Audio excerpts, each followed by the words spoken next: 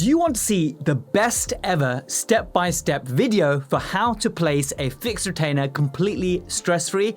Then this is the episode where it's going to happen. Welcome back, Protrusive, to this episode on fixed retainers. We're continuing with that ortho theme. I really hope you enjoyed and gained so much value from that IPR techniques video. We and the team, and I say we, it was a team effort to put this video together, and it's been so great to see your comments and your feedback on Instagram, on YouTube comments. So please keep them coming if you found that video useful. In this one, I'm going to make another bold promise, okay? The video that will be part of this podcast. So if you're one of my loyal listeners, I appreciate you. If you're new to the podcast listening, thank you so much for joining from wherever you are in the world. This podcast will speak to Raj Jabbal about the different ways, the different fixed retainer types available. Is there a superior one? Is it a case that Raj Jabbal, the specialist orthodontist we speak to, does he always place a fixed retainer? Or is there a place for removable retainers only? So we'll talk about the sort of daily conundrums that we have when we're deciding on the recipe for retention, which is unique to every patient. Let's not forget that retention should be a unique thing based on the patient, based on the initial situation, because the initial situation, the crowded state, is the most stable state. So if you're watching on YouTube, great. I will have a video step-by-step made by Cephtactics, which is just the most beautiful video you'll ever see of someone applying a fixed retainer. It really helps make it tangible, and what I'll be doing is I'll be jumping in and out of that video and just giving you my sort of little pointers here and there, okay, why I might disagree with some parts of that video and how certain parts are just so mind-blowing and so much better than the way I used to do it. But again, if you're listening, then don't worry, I'll make sure that you'll have an easy place to click onto, so wherever you listen, that you can jump straight to that video and watch it, but you'll still gain so much more from the conversation with Dr. Raj Jabbal today. Before we join the main episode, let me give you the Protrusive Dental Pearl. So you know that thing where if we only had one wish, what would that wish be? Well, we all know that one wish should always be that I want unlimited wishes. So if I had to give you just one pearl right now, it would be that I want to give you access to unlimited pearls. So how am I going to do that? Well, you need to check out my email newsletter. So what you're going to do is you're going to head to protrusive.co.uk/emails. That's protrusive.co.uk/emails, because on there, you'll get a sample of some of the emails that I've sent out and the goodies that are in those emails, but you'll also then get the opportunity to sign up to my email list. Why is that important? Because the app is coming soon. We are so ready. This has taken us months of hard work to put together the Protrusive app, and I hope that just as much value as the episodes give you, the app will make it go so much further.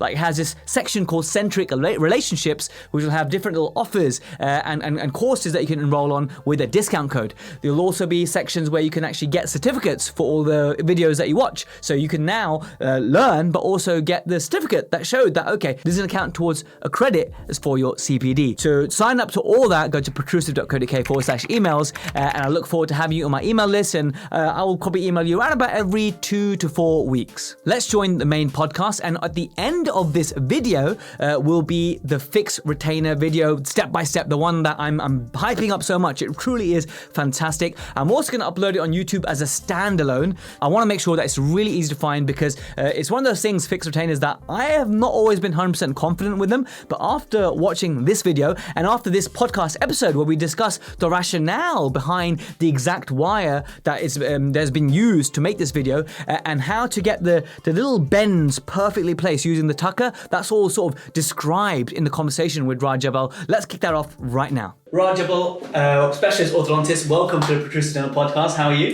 Thanks for having me. Very well, thanks. It's you and Rohit. Rohit's going to have his own little episode. I've been so excited to get both of you on at some stage. You've taught me so much already. It's been great to be part of the Cephtactics team teaching. So the bit I do, guys, is I teach about how patients can stop from chewing up and breaking their retainers, and screening for TMD, and when to treat and when not to treat when we're looking at joint issues. So thank you for having me on the team to do that. Raj, just for those who may have never heard of you or seen you before, give us a little bit brief background of what your interests are, where you work, and how Cephtactics came to be. Yeah, I'm a specialist orthodontist, and I've been working in private care mainly for the last around about 10 years odd. And specifically, my interests have always been around growth and development. Maybe genetics, stability, and relapse almost came into that and fitted really well into that specific idea, and the enigma of all of this is that we don't really understand it very well. And that's what really made me more excited about it, because in orthodontics you can make things very mathematical and succinct, and A plus B equals C, and then suddenly growth comes around and it's like the demon in the back, and you only start to understand more about growth the more and more you see cases of yours going, let's say, topsy-turvy, and that's when you start to question it more and more, especially when you start to look at things like genetic factors as well, and you ask around to the parents, and how tall are you, and how tall is your dad, and where are you from originally, and all these little aspects which come and knit together in orthodontics. I think this is a really big, really interesting thing which I would love to poke around more in. Well, Raj talks a lot about genetics and the bigger picture kind of stuff, phenotypes and whatnot. He's the only guy who I've sat through a lecture and he starts talking about how Colombian teeth are different from Japanese teeth, are different from Estonian teeth, etc., etc. He's quite a special character in that sense. So what his knowledge is limitless. Honestly, the amount of stuff, metaphysics that and stuff like that, genetics, is crazy. Yeah. So at the moment, you're teaching dentists about how to implement orthodontic practice safely, and you do a whole like a 10-day plus program. So a 10-day program with lots of assistance on the side. We do some Zoom sessions as well, and all these other bits and pieces. But the 10-day meat in the bone, that's what we want. We want the guys to come in, and whenever we look at a lecture, we want to have enough meat on the bone that you actually go back famished, for more. Amazing. I love that philosophy. Now today, this episode is very much about fixed retention. It's a big bugbear. Maybe in the specialist community, because I'm part of a few Facebook groups with loads of specialist orthodontists on it, and it's a real annoying thing that orthodontists find, and also GDPs. I find it very fiddly.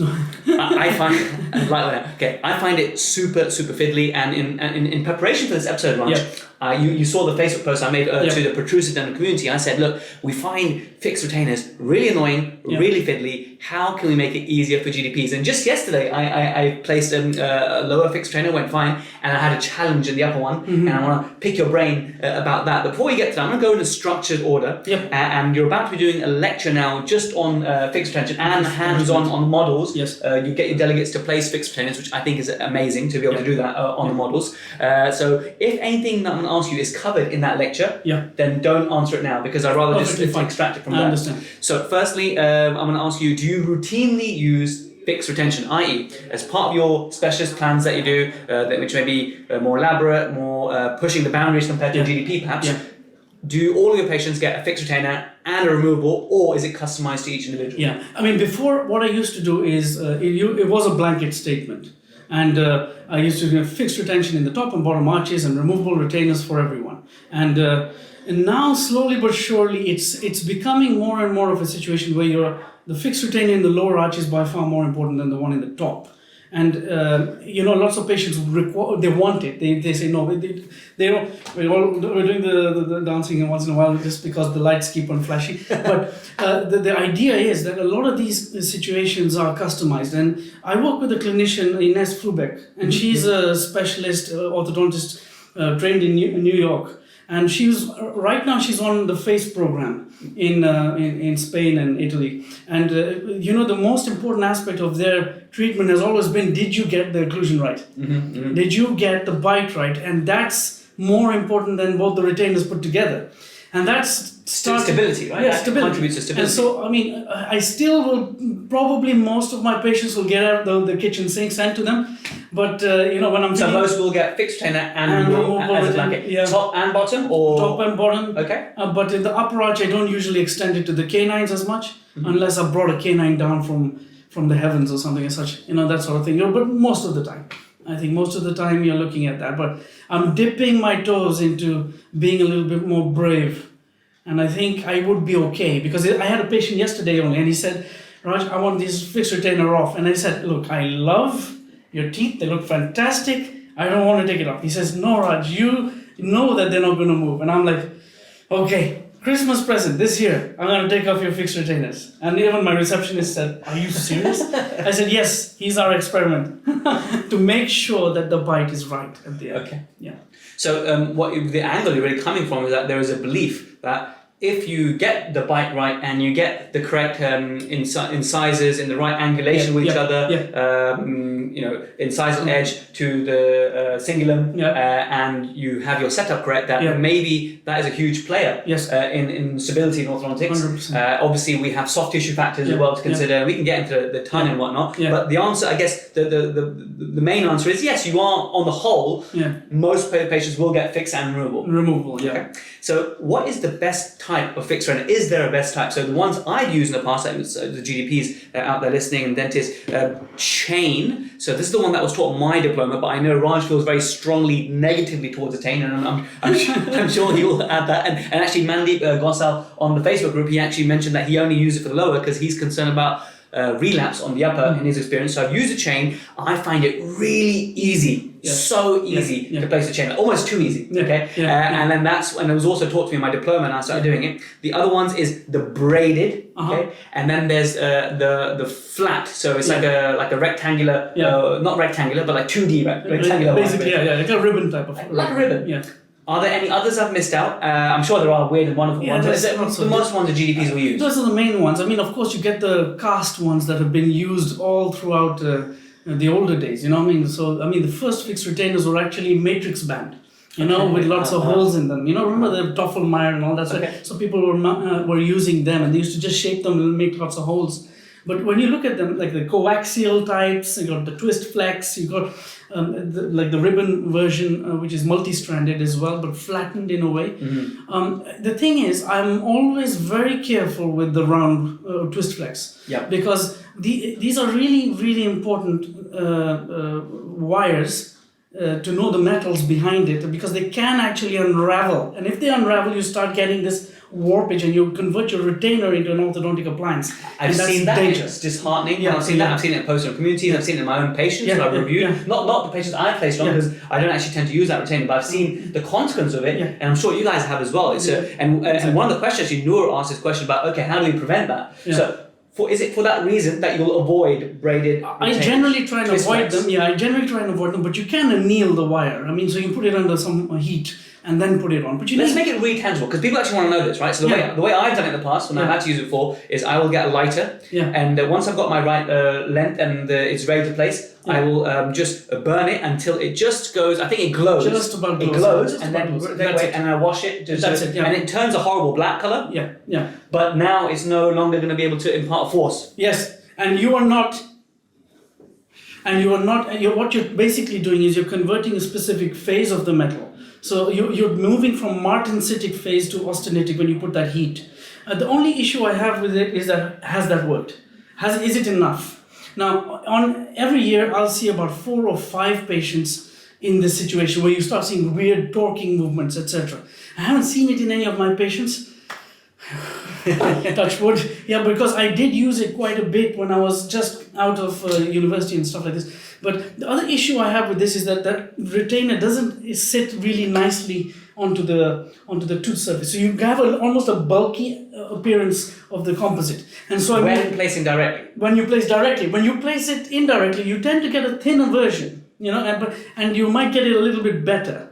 But the best benefit I'm getting, best retainer I will say is going to be the flat ribbon type of multi-stranded retainer. And look, I don't know if we should be promoting one or the other and all that sort of thing, but be very careful with anything too flimsy as well. Because if it's really flimsy, it's like the chain, because the reasons why the cast retainers were the best retainer ever was because they attached to one canine and the other canine and kept the IC width, the intercanine width, which is the first thing which collapses in relapse. It's the first thing that starts to go down. Because what happened with the Bishara studies was that they said it's remained stable. But the beauty of the Bishara studies, they made lots and lots of models of people over long periods of time. And you could start to see that the intercanine width starts to reduce. And if you look at any of your Invisalign cases, when they send you for the clean check, if you ask for no IPR in the lower labial segment, you'll see they'll start to upright the intercanine width. And that's exactly what you want. And as you upright the intercanine width, and if you keep it that way, the upper doesn't collapse. And so that's why the perfect retainer would be trying to keep the retainers, the two teeth apart, the two canines in the lower arch apart. Okay. So what we're going for here is that the one that you are using and the one that you will teach your delegates. We're going to be looking at the flat twist, the flat ribbon, and I'll show you the video of that probably simply on your screen now as we're talking. So as my producer will put that in. So fine. So we've answered Noor, we've answered your question as well. How to prevent that from happening? Avoid the twist flex. Is this the most logical way to do that? And we're going to show you step by step on how to place a fixed retainer. So Raj's going to go through that. How do you bend it neatly so it adapts to the embrased spaces? So usually when I'm still wanting to improve, like whether this is your first retainer you're going to place or the 100th like me, I'm still not perfecting it. And sometimes I've biased towards an indirect lab-made one because they look so much better than my own. But I want to be at a level where I can make beautifully well-adapted. Are you going to show that? We'll show you how that is. But there's another aspect of this which I think is really important. We must understand the more bends we put in the retainer, the more points of failure there will be. So I love retainers which go in all the margins and etc., all that sort of thing. You want to keep it in the contact point. If you keep it in the contact point, there should be the least number of bends possible. Now, when we use the twist flex, I mean the one that I'm going to be showing you, not the twist, like the ribbon. The ribbon type of retainer, you're going to see that it actually is extremely easy to bend. And now there's a really important aspect of this as well, because I use the least number of flosses involved. You can use 8 flosses if you wish, I don't mind, okay, and all these sort of things. But if you use the least number of flosses, what you can do is test whether the wire is passive or not. You can release it and see where it's going, and you can bend it into positions little by little as it goes around the edge, if needed. But if it's not passive and when you release that floss, and if you're thinking, wait, where's floss coming into this? Don't worry, we're going to show you the technique and how we use floss to stabilize it. But if you pull with the floss and then you let go and it moves, if you were to pull again and just bond it to that position, that's creating a force. That's creating force. That's exactly what's happening. And that's why whenever you use this, I use the back end of a tucker. And you're going to be, it's literally just polishing the retainer onto it. And you can release the floss and see how well that it actually does adapt, because the material is amazing, because it's really bendable. So the austenitic phase is really high in this material. And the beauty of this is as well, it doesn't cause any of this sort of movements, which is the most dangerous ones. Okay, it doesn't have that twistability. I mean, so we're going to see how to adapt it. So we'll add that in. I had an issue yesterday. I was using that exact wire on the upper, and I had the correct length all laid out. I was going to go from canine to canine from upper because I did some movements of the canine. And when it was on the middle of, let's say, the right canine, by the time I brought it across the arch, there was enough vertical discrepancy that it was either going to go gingival or beyond the canine tip. So is the answer for that is that in those cases you have to go indirect? I would rather... You can't bend it. So the thing is this. The idea would be you start bonding from centrals and you work your way outwards. So the stress dissipation goes that way. There's another way that you can do it from one side, but there's a chance that you start canting the retainer. So the idea is to start in the central and then move to the next central and just release the floss and see. You will see that things are actually okay. But if it's heading towards the gingiva, you can't then, in that type of ribbon wire, you can't then, or can you, put bend that way? I'm trying to describe it. I know what you're saying, because as it comes closer and closer to the canine, sometimes what people do is they do this, and they merge it around. So if you start doing this, you start putting strain on this point here. You might fracture some of the strings, okay, on the wire, but the main thing is this. It'll allow a little bit of give, but if you're doing too much, then maybe it'll be better. Now, if you're going to do anything lab, I would say you want something which is cast and maybe machined. Okay, so like I think Memotane, if I'm not mistaken, there's some labs which are actually machine cutting retainers into position. These are cast. Sounding very expensive as well. Yeah, those are especially anatomy, like we were talking about the different types of anatomy. South American, spine of South America specifically, you'll see this almost spade-shaped arrangements of the incisors. That's when you're like, you're not going to win.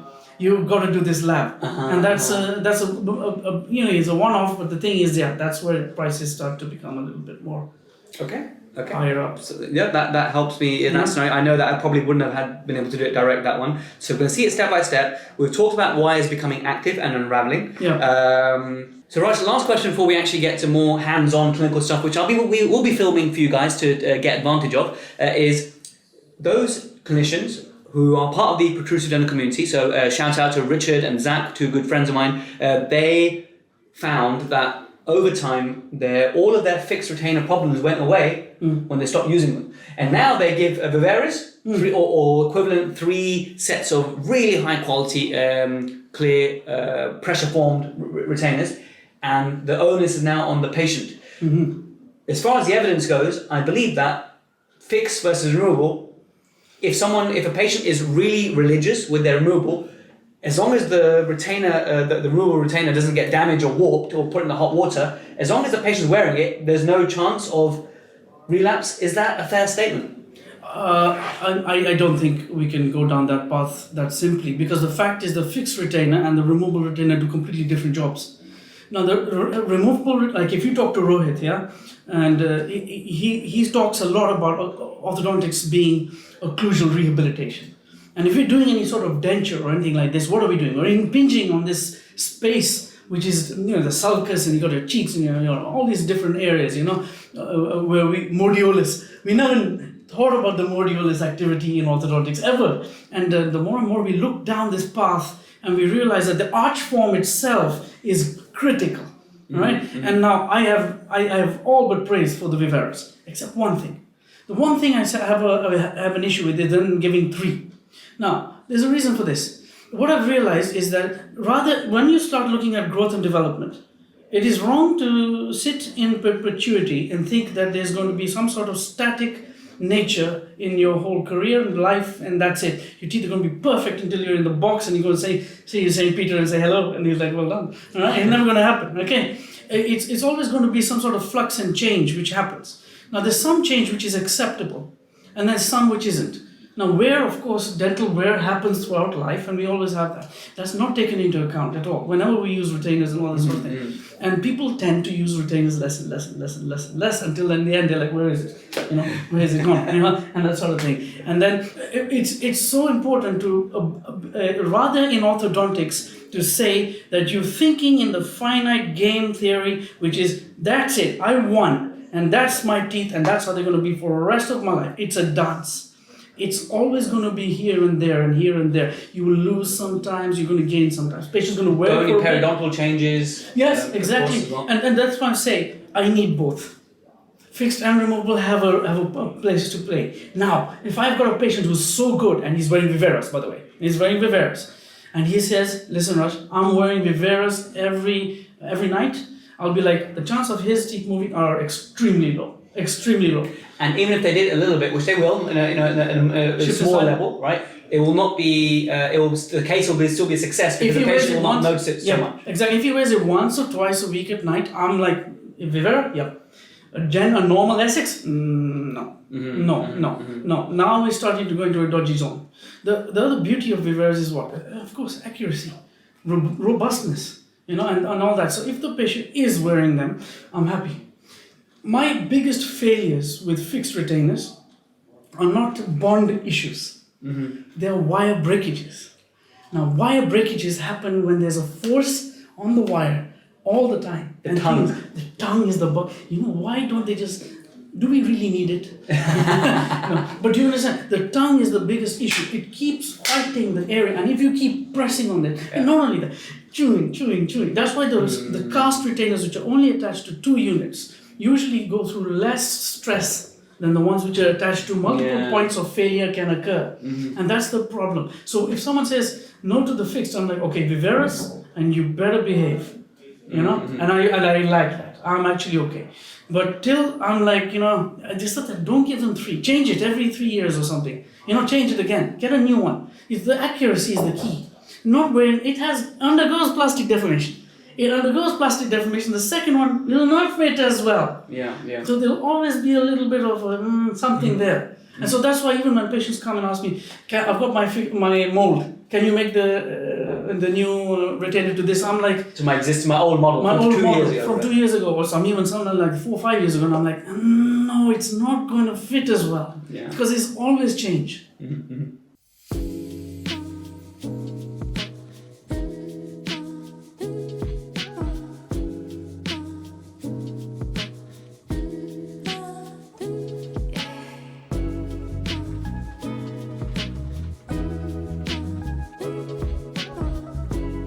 Hi guys, it's Jazz Galati here, and I'll be just coming in at various moments, really important moments in this epic video, just to give you a few hints. Now, when it comes to air particle abrasion, I'm not aware of any evidence that when it comes to fixed retainers, what's better, 27 microns or 50 microns? Traditionally, for intraoral bonding, we use 27 microns, but you can use 50 microns. Now, you have to think, what are you trying to achieve by using air particle abrasion? For me, the main benefits for when it comes to placing a fixed retainer is twofold. Number one is you're removing the biofilm. Okay, so important to remove the biofilm before you do any bonding. And number two is that you help to remove the aprismatic layer of enamel, which may also cause an inferior bonding, basically. So you get higher bond strengths to enamel that's just below the aprismatic layer.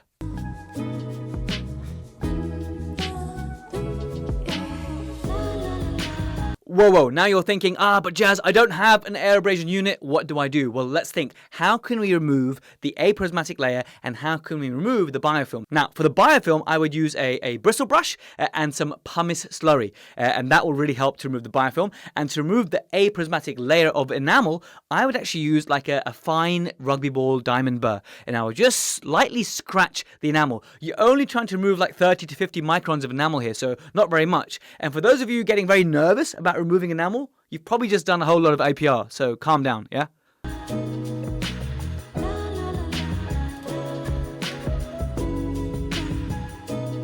So when we see this image here in that still, the amount of etch that's applied is not enough for me. I want a little bit more surface area of etch. You should always be etching a little bit more the way you think your composite will be placed.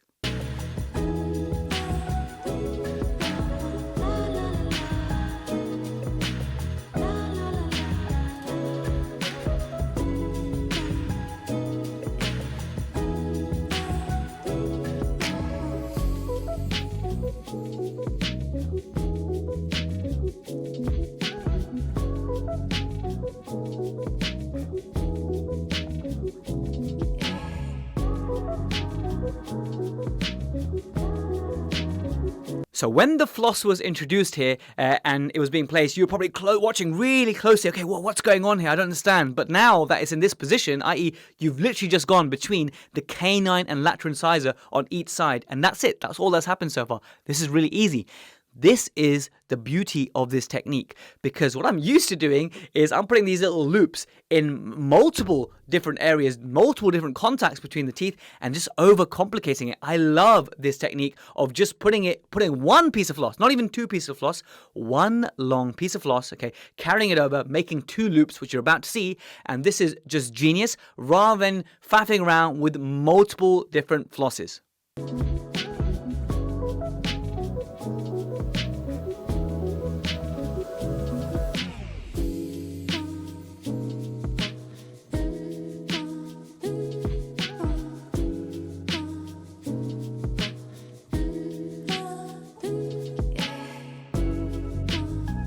Remember that placing a fixed retainer is a four-handed job, okay? While you're feeding the fixed retainer through, it should be your nurse who should be helping you by pulling this floss. And you should obviously have this conversation with your nurse before you do it for the first time. So show them this video, okay? Let's train your nurse together before you actually do the procedure, so your nurse is not looking at you funny like, wait, do I pull? How hard do I pull? When do I pull? Okay, all those things should be known to the nurse before you do this.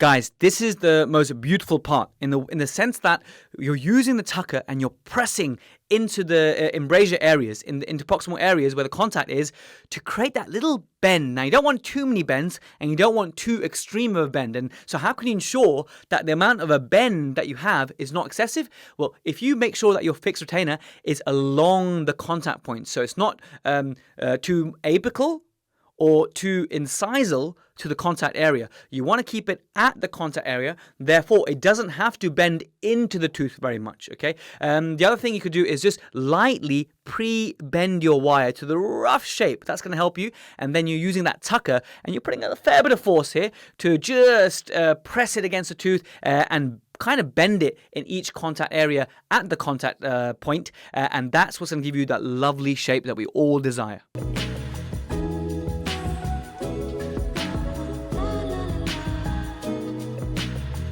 Now, before you actually place the composite flow ball here, here's what you got to do, okay? You just get the nurse or yourself or whoever's holding the floss to just let go a little bit and observe. When the floss is let go on one side, does the fixed retainer, does it sort of bend away from the tooth? If it does, then that is not passive. Okay, you need to do a bit more bending there to make sure it's passive. So an ideal retainer here is that when you let go of the floss, it holds its shape and it's not moving away too much, just like we discussed in the main podcast episode.